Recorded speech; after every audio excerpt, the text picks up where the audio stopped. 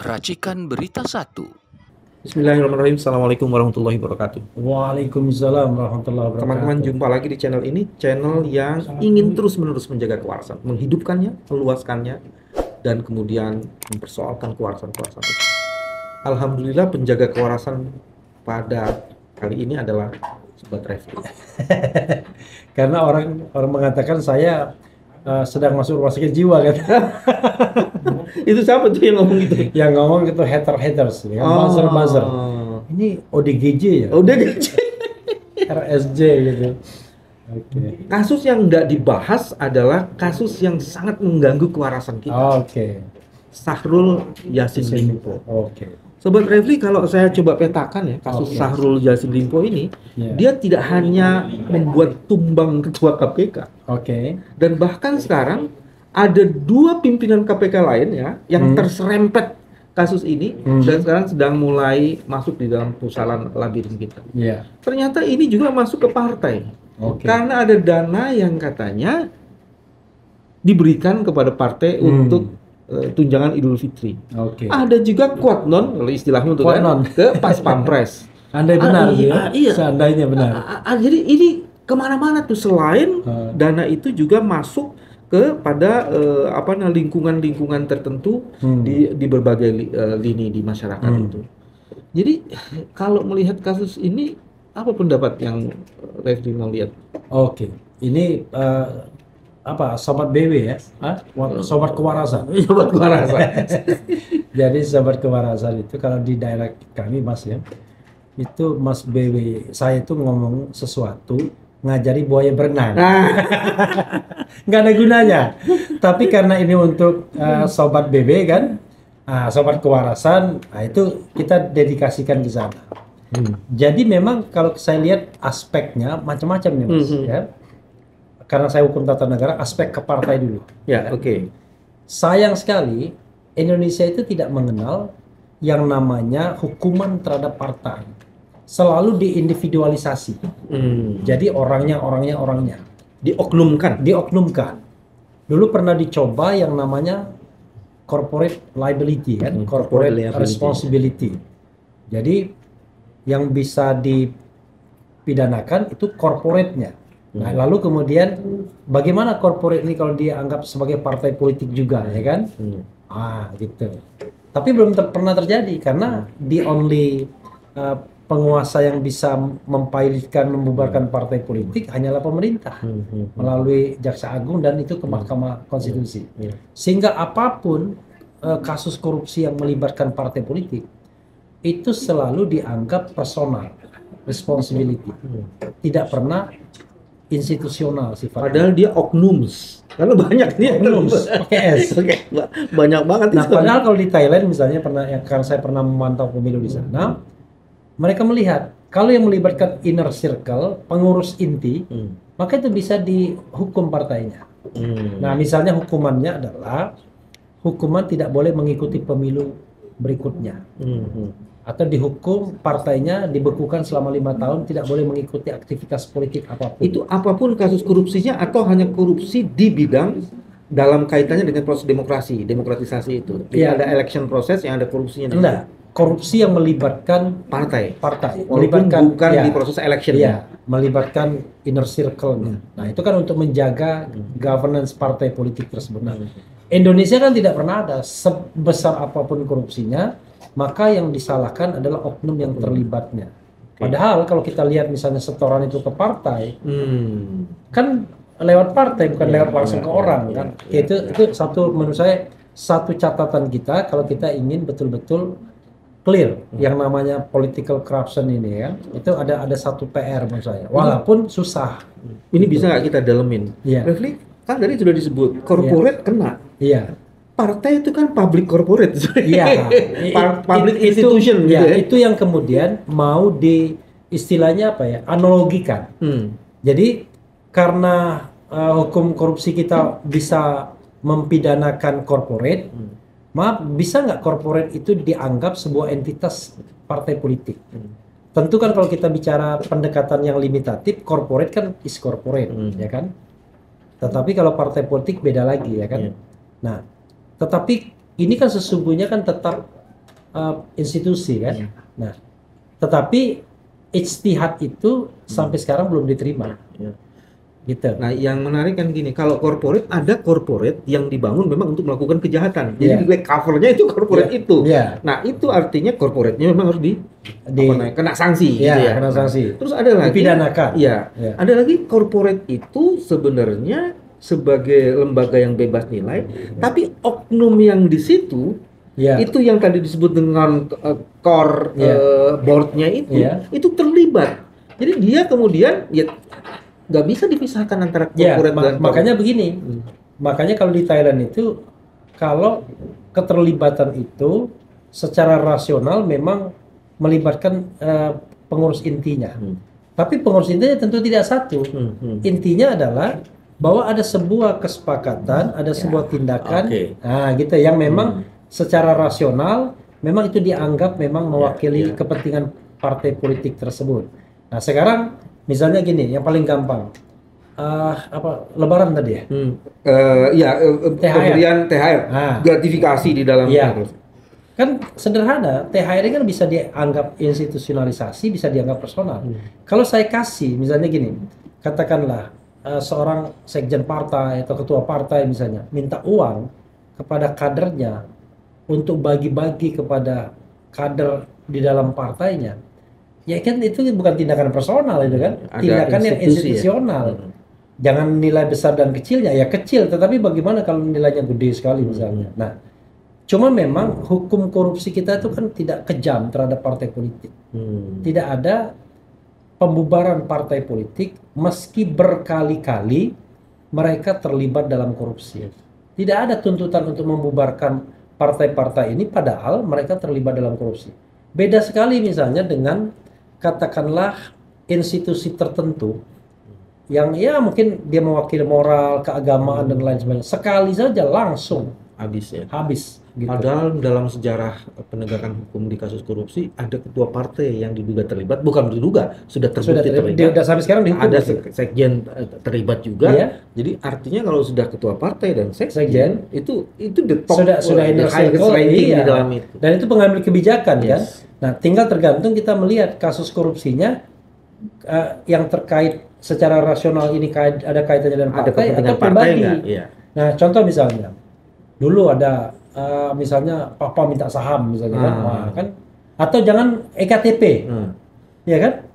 Kalau EKTP itu ada isu jamaahnya tuh. Makanya, nah pertanyaannya adalah kan ada dua isu tuh, isu jamaah lintas partai, tapi bisa juga dilihat secara individual partainya. Apakah ini menjadi bagian dari fundraising misalnya, political fundraising, kan bisa.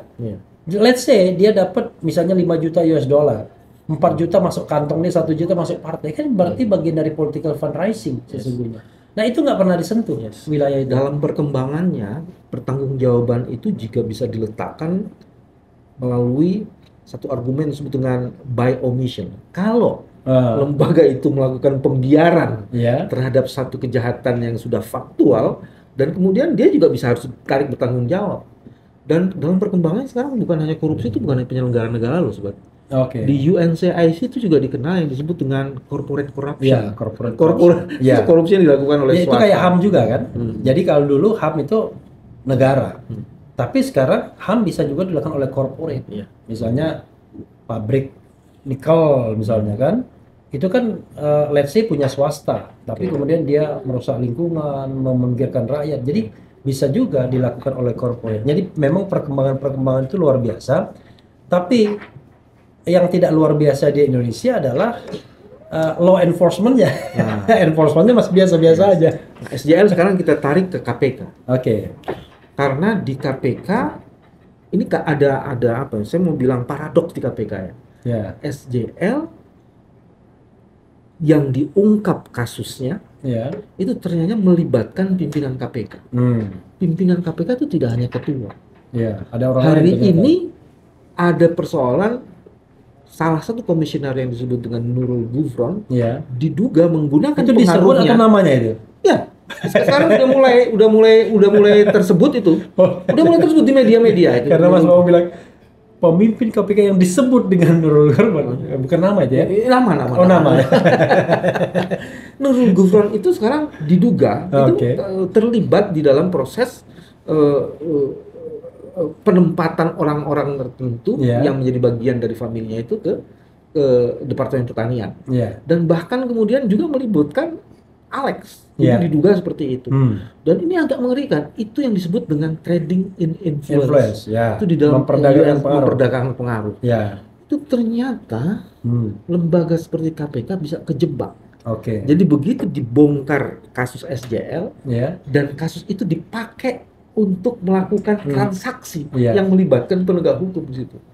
Mas BW ya, boleh nggak saya agak sombong sedikit? Ya kan? Boleh dong. Kamu biasanya sombongnya banyak nih, bukan sedikit. Jadi one day ya kan, mungkin jabatan publik sedikit publik sebenarnya. Yang pernah saya emban itu adalah komisaris utama. Oh iya. Ya kan? Jasa Marga ya? Jasa Marga dan Pelindo. Boleh, nggak ada masalah. Satu lagi Pelindo di Medan. Ya. Yang saya lakukan dan barangkali sulit sampai saat ini orang tiru adalah saya tidak merekrut satu pun karyawan, baik untuk Dewan Komisaris maupun saya titipkan di corporate. Jadi orang nggak bisa mengatakan, wah ini ada orang refli dan lain sebagainya. Karena saya tahu betul kalau itu dilakukan maka berat. Tidak pernah juga nitip proyek, nah, itu lebih lagi kan. Kalau karyawannya aja tidak. Nggak punya staf ahli yang nempel di kamu dan kemudian menjadi bagian dari itu. Itu namanya komite audit. Jadi cara merekrutnya adalah silakan mereka mendaftar dan itu bukan kolega saya. Mereka mendaftar lalu kita Dewan Komisaris mengujinya. Nah saya sebagai komod biasanya mempersilahkan anggota komisaris yang lainnya untuk menguji. Lalu setelah itu kita gimana? Misalnya mayoritas Dewan Komisaris sudah mengatakan B dan rasanya tidak ada dispute lagi, selesai sudah, saya ikut aja. Tapi kalau misalnya in case agak ragu-ragu di antara mereka, ya saya baru kemudian memberikan perspektif tambahan. Karena komite audit itu adalah salah satu instrumen organ yang membantu menjadi alat kelengkapan dari komisaris dan prerogatif kita untuk menentukan mereka. Nah itu pun tidak, selain komite kan ada juga ada sekretaris komite, ada sekretaris Dewan Komisaris, ada staf-staf dan itu pun tidak saya lakukan. Biasanya ada beberapa komite, ada komite remunerasi, komite governance, komite audit. Gitu. Tapi soal keterlibatan KPK dan dugaan penggunaan yang disebut dengan trading in influence itu gimana? Itu yang menurut saya agak bingung ya.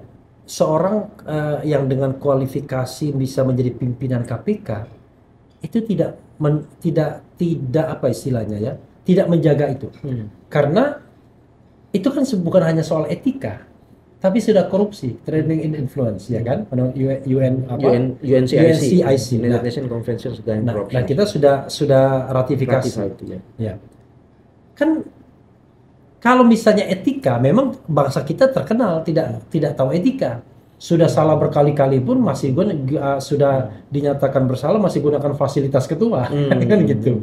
Bahkan masih memperjuangkan jabatannya di PT UN. Orang lain tuh kalau di negara seperti Korea Selatan sudah mengundurkan diri. Kalau di Jepang sudah harakiri dia. Riri juga kan. Kamu lagi bahas kasus SJL balik ke kasus Umar Usman. Karena saya bicara etika. Oh, etika. Ya kan, itu kan etika.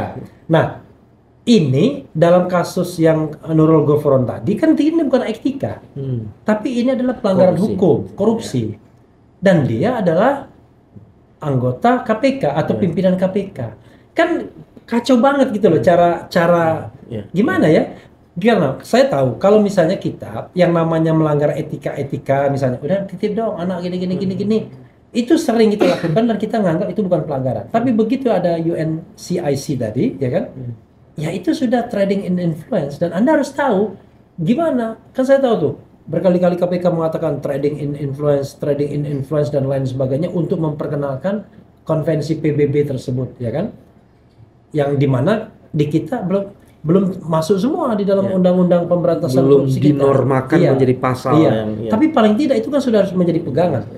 Dan kalau hakim itu agak progresif bisa dia masukkan itu. Ya, ya. Karena udah ratified, sudah ratifikasi. Sudah ratifikasi. Sesuatu yang diratifikasi itu artinya sudah sah sebagai hukum. Yes.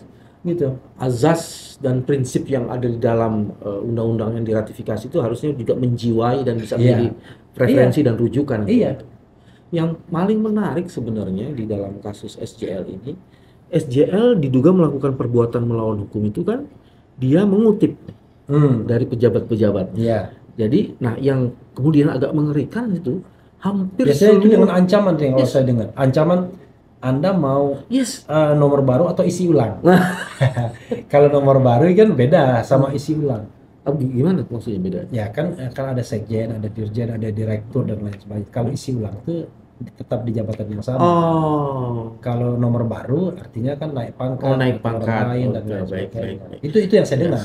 nah yang paling menarik di situ hampir sebagian besar kebutuhan dari sang menteri itu Iya, yang sifatnya sangat personal, personal. digunakan karena uang Termasuk sokol beribadah, umroh. semuanya. umroh. Iya. Ya kalau yang lain oke lah untuk kesenangan dunia ini untuk umroh. Jadi maksud saya kok sejauh itu ya soal isu integriti itu di dalam. Oke, kalau menurut saya ini kan fenomena gunung es. Kita seolah-olah wah ini kecil. Ini kan cuma si SYL doang. Saya yakin itu semuanya. Ya Maksudnya mungkin semua tidak, menteri gitu. banyak lah. Sebagian besar, atau sebagian, besar. ya, Ya, sebagian. sebagian besar saya yakin. Karena gini, tadi yang saya katakan banyak sekali kita tidak bisa membedakan domain publik sama domain privat. Dan itu sebenarnya kalau kita bicara tentang kelembagaan ya, itu pengaruh masa lalu biasanya. Ini mohon maaf ya dengan segala hormat. Biasanya kalau kita menjabat di jabatan tertentu zaman-zaman dulu, kan tidak ada yang namanya pejabat itu beranak atau beristri, ya kan? Pejabatnya nggak ada. Tapi ada entitas-entitas yang, sorry ini agak seksi sedikit, misalnya Dharma Wanita, yang kemudian bisa menggunakan fasilitas dinas untuk kepentingan personal. Iya. Gitu. Nah, kalau itu masih mending, masih rame-rame, biasanya cuma sekedar gedung, pakai apa-apa, mungkin anggaran sedikit. Bagaimana kalau pejabat itu beristri atau beranak? Iya Pakai kan? untuk istrinya belanja Iya, fasilitas-fasilitas itu. iya. Dulu saya pernah ingat, one day saya diceritain, zaman peralihan reformasi. Ada seorang menteri yang idealis, saya tidak sebutkan namanya, menjadi menteri dia. Begitu dia menjadi menteri, pejabat eselon satunya menyodorkan rekening. Dulu banyak sekali yang namanya rekening di luar itu kan, ada istilahnya dulu rekening di luar ini. Uang istilah- operasional ya? Iya, tapi intinya rekening liar, rekening-rekening inilah yang tidak terpantau Kementerian Keuangan kan. Waktu itu sekitar 99 itu nilainya sampai puluhan miliar atau ratusan miliar. Ditanya, uang apa ini? Ini Pak, ini kutipan selama ini. Jadi ada pejabat- pos penampungan. Iya, penampungan kutipan-kutipan itu kan setiap kementerian kadang-kadang dia punya kewenangan untuk mengeluarkan surat, mengeluarkan izin dan lain sebagainya kan. Dan itu uang semua. Yang resmi ada, misalnya yang resmi notaris. Pindah ke Jakarta itu bayar PNBP 100 juta. Itu memang resmi. Gila ya, 100 juta. Iya. Banyak banget tuh. Iya. Nah, tapi kan konon isunya Bukan hanya 100 juta, Iya. mungkin lipat 2, lipat 3 gitu kan. Mana lipat 10? Wih, Iya. Itu isunya lipat 10. Nah, karena itu itu ada yang barangkali langsung masuk kantong, ada yang ini jangan, ini jadi mungkin jatah menteri, kita nanti akan laporkan dan lain sebagainya. Sesuai dengan tradisi kementerian tersebut dari turun temurun ketika zaman Orde Baru kan nggak ada KPK dan lain sebagainya. Ini uang apa? Ya gitu-gitu. Lalu penggunaannya terserah Bapak. Bayangkan. Untuk kawin lagi juga boleh. Ya terserah. Kan nggak ada pertanggungjawabannya. Dan itulah dana-dana itulah yang konon akhirnya masuk ke politik. Karena sang menteri ini rupanya masuk bagian politik. dari Ya, politik. salah satunya gitu. Nah, yang begini-begini ini menurut saya udah tradisi. Yang kemudian saya sih tidak menyalahkan KPK begini kalau menurut saya. Kalau untuk prevention itu harusnya presiden. Kan dia yang memimpin birokrasi tertinggi. sebagai prevention. Kan kalau prevention kan dia bisa, tapi kalau law enforcement, penindakan, oke, hanya KPK, Kejaksaan sama kepolisian. Nah, dalam kasus SYL ini kan harusnya preventionnya kuat. Dan tidak hanya prevention, selection. Baik selection oleh partainya maupun selection oleh presiden sebagai pejabat kabinet. How come Anda kemudian dulu ingat pada masa pemerintahan pertama Jokowi, wah, menteri itu disetorkan ke BW dan Abraham Samad dan teman-teman. Itu waktu ini ya, Pak Jokowi pertama ya. Ada stabilo merah, ada stabilo hijau, ada stabilo kuning, ya kan? Hijau ada nggak hijau? Nggak ada ya? Ini harus ditanya ke Abraham Samad. Karena statementnya yang bikin Abraham Samad itu. Kita kaget-kaget juga setelah itu kan. Ya. Tapi paling tidak bisa menghalangi orang tertentu untuk masuk kan, yang dianggap bermasalah. Periode kedua kan nggak ada lagi. Nggak ada. Padahal kalau kita lihat rekodnya yang kita diskusikan ini, isu tentang dia kan sudah di daerah tuh banyak sekali. Salah satunya ini, mohon maaf, kita harus, ini isu ya, sekali lagi sorry, mohon maaf, isu. Misalnya isu katakanlah apa istilahnya ya, drug, gitu misalnya, ya kan, penyalahgunaan obat misalnya. Kan itu kan sudah isu yang tersebar di mana-mana. Harusnya ada klarifikasi dan konfirmasi itu maksudnya. Iya, gitu. Nah, kok bisa? Karena orang ini kan bukan genuine dari partai yang sekarang dia tempati. Kita kan sebelumnya kan partai X, kalau nggak salah Pak Golkar dulu kan, gitu. Artinya kan dia pindah itu bukan dalam kondisi kosong, dalam kondisi yang berisi. Atau karena berisinya itu makanya dia biar dia ditampung gitu. Nah itu juga membuat partai politik jadi kehilangan elan restoratifnya kan jadinya kan.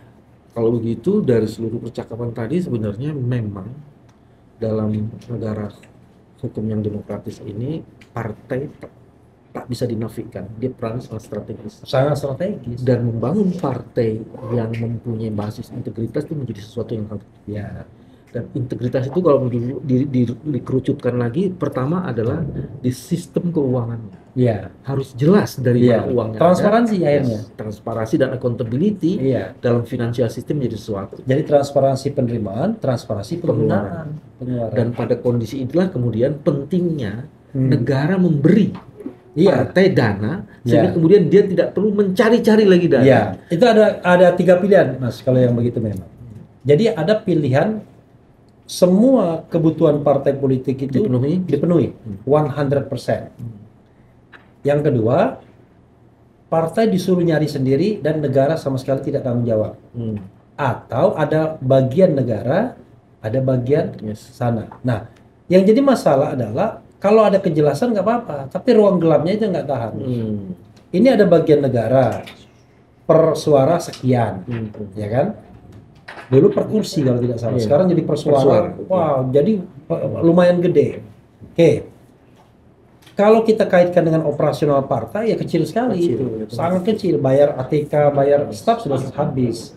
Nah akhirnya kan ada bagian besar yang harus dicari. Sementara partai nggak boleh bikin usaha. Maka kan yang jadi masalah pasti ada sumbangan pihak ketiga, baik perorangan maupun korporat. Badan usaha. Untuk perorangan dan badan usaha digedein. Kalau nggak salah badan usahanya sekarang 75 M ya kan? Pokoknya digede-gedein. Tapi kan karena tidak transparan, ya akhirnya adalah ini partai bikin usaha melalui elit-elitnya. Sebagian dikembalikan ke partai politik, sebagian dipakai, sebagian besar dia pakai. Dan kita awal gelap. Dari mana sumber keuangan partai tersebut yang bisa membiayai berkali-kali lipat dari sumbangan negara? Nah, selama kita tidak bisa menelusuri dana itu, ya sama juga gelap. Gitu. Padahal baru pendapatannya ya, belum penggunaannya. Gitu. Kalau sistem keuangan partai itu tidak bisa dibangun transparansi dan akuntabilitasnya, maka bagaimana mungkin kinerja partai itu bisa dibangun sistem integritasnya kan? Apalagi kan sebenarnya problem kedua ini adalah soal kepentingan kapital yang bisa masuk gara-gara gelap itu, sehingga kemudian mereka menjadi elit partai dan secara diam-diam partai dikuasai oleh kepentingan konglomerasi. Iya, jadi sebenarnya kan kalau kita uang masuk partai itu kan dua, masuk ke partainya atau masuk ke elitnya. Tapi kalau paling gampang, karena di Indonesia ini partai tidak ada yang demokratis, rata-rata sangat ditentukan oleh katakanlah ketua umum dan sekjennya, maka bisa dipastikan kan itu kuncinya. Nah, harusnya terhadap ketua umum dan belum sekjen bisa dipastikan apa nih ketua umum? Belum dilanjutin, bisa dipastikan. bisa dipastikan uang itu mengalirnya ke sana. Oh, gitu. Ya kan? Kalau misalnya dia baik, maka share buat partainya agak gedean. Tapi kalau dia tidak baik, buat pribadinya gedean. Tapi saya bisa pastikan sebagian besar itu akan dia keep sendiri untuk menjaga loyalitas dan leadership di partai tersebut. Jadi dia nggak mau dong langsung distribusi begitu saja. Nanti pada pemilihan ketua berikutnya bisa diambil orang lain kan. Akibatnya partai memang tidak pernah sehat. Untuk partai yang punya peluang untuk berkompetisi. Tapi ada partai yang tidak punya peluang untuk berkompetisi kan. Partai yang ya seperti Nasdem, seperti Demokrat misalnya. Sulit kita mengatakan akan ada demokrasi internal. Demokratisasi internal Iya, di dalam kan? tubuh partai. Nah, tapi ke partai yang berkompetisi tadi seperti PAN misalnya, seperti Golkar, akhirnya punya kepentingan ketua yang sekarang untuk mengkeep semua sumber-sumber resources tersebut agar dia punya bargaining power untuk terus melanjutkan kepemimpinannya. Dana itu dipakai untuk membangun monoloyalitas kepada kepentingan dirinya. Gitu. Nah, jadi menurut saya memang akhirnya, makanya saya kan selalu bicara tentang perombakan yang struktural. Jadi nggak bisa kita menyelesaikan ini dengan day to day pemerintahan. Day to day pemerintahan itu biasanya dia sangat sektoral, sangat parsial kan, tapi tidak struktural. Apa kabarnya ketua KPK ya? Kasusnya udah lama kan? Saya juga heran. Nggak. Karena Kapan saya lihat ditangkapnya dia jual jual apa rumah. Karena dijual, hubungi Firly. Banyak sekali, coba lihat ada beberapa. Hubungi Firly. Cuma Firly-nya pakai Y nih. Kalau itu kan nggak pakai Y dia. Oke. Nah, ini sendiri sudah menunjukkan kepada kita ya, bagaimana di antara sesama penegak hukum itu saling loyal. Apa istilahnya? Bukan loyal, apa ya? Saling menyandera. Bukan, saling ini Melindungi. tepos seliro. Oh, tepos seliro. Ya kan? Begitu kan yang namanya korupsi kan kejahatan yang luar biasa paling tidak menurut omong-omongnya kita kan. Tapi apa istilahnya, penindakannya nggak luar biasa. Ditetapkan sebagai tersangka sampai sekarang dia nggak jelas di mana itu barang. Itu orang ya, bukan barang, orang. Iya.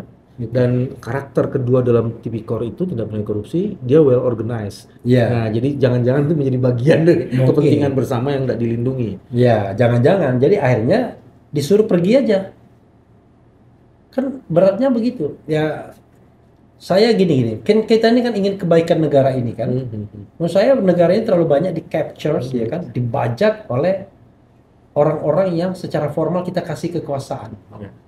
Baik langsung seperti wakil rakyat atau melalui wakil kita atau melalui pemimpin kita. Nah, itu yang jadi masalah di penegak hukum ada. Dulu saya menganggap at least ada dua champion masih kan, KPK sama MK. Setelah DPD kena juga waktu itu kan. Tapi sekarang nggak ada lagi. Bayangkan. MK kena, KPK kena. Nah, setelah 26 tahun reformasi, klaimnya adalah memberantas KKN, nggak ada lagi contoh baik champion di mana pemberantasan KKN tersebut dianggap berhasil atau pembersihan. Dulu kan namanya Bambang Wijoyanto itu bicara tentang Island of Integrity, ya kan? Integrity Island, ya kan? Nggak ada lagi. Nggak ada lagi. Udah tenggelam. Nggak ada lagi. Udah tenggelam semua. Itu bahkan sekarang muncul frasa kata korupsi. Justru merebak di lembaga pemberantasan korupsi. Kenapa? Karena dia tahu betul bagaimana cara yang aman untuk korupsi. Melakukan korupsi secara aman. Aman, ya kan? Aman, damai, dan sesuai dengan prinsip-prinsip tata kelola pemerintahan yang tidak baik. Jadi kasus SJL sebenarnya SJL itu sebenarnya bisa mengungkap bagaimana modus operandi korupsi bekerja. Siapa pihak-pihak yang terlibat dan seberapa besar uang dipakai dan cara cheatingnya itu. Ya, itu kan pakai logic thinking kita kan. Itu sama juga dengan kasus Sambo. Ya kan? Kasus Sambo juga bisa mengungkap itu. Bukan kasus pembunuhannya, tapi begitu ditemukan uang ratusan miliar, ditemukan yang dititipkan ke ajudan saja jumlahnya bisa ratusan juta, ya kan? Ya. Itu lalu ada yang triliunan dan lain sebagainya. Tapi kan momentum-momentum seperti itu kan tidak pernah dimanfaatkan tadi, karena well organized tadi kan. Sehingga ketika kita berharap KPK yang menindak itu, kita ragu sekarang. Berharap penegak hukum lain menindaknya, kita ragu. Akhirnya ini menjadi omon-omon publik aja, gitu. Kasus SJL harusnya membongkar kewarasan kita bahwa korupsi itu masih ada dan bekerja sangat luar biasa. Oh, bukan masih ada, bahkan berkembang. Kan indeks persepsi korupsi kita kan jalan di tempat. Jalan di tempat. SBY 10 tahun pemerintahan dia naikkan IPK dari 20 ke 34. 14 poin. 14 poin. Jokowi naikkan dari 34 ke 34. Pernah 40 sebagai the highest poinnya dia. Tapi turun 38, turun 37, naik 38, turun 34, sekarang 34. 2 tahun berturut-turut sudah. Makanya, jadi kalau kita bahasa positifnya jalan di tempat, ya kan? Bahasa negatifnya gagal. Mana ada jalan di tempat tuh berhasil atau netral? 10 tahun nggak ngapa-ngapain. Gagal karena indeksnya stagnan. Salah satu indikator yang bisa kita percaya kan? Gitu. Teman-teman, inilah cara kita menjaga kewarasan. Kasus SJL contoh terbaik bahwa korupsi itu makin dahsyat. Sampai ketemu lagi. Terima kasih. Assalamualaikum warahmatullahi wabarakatuh.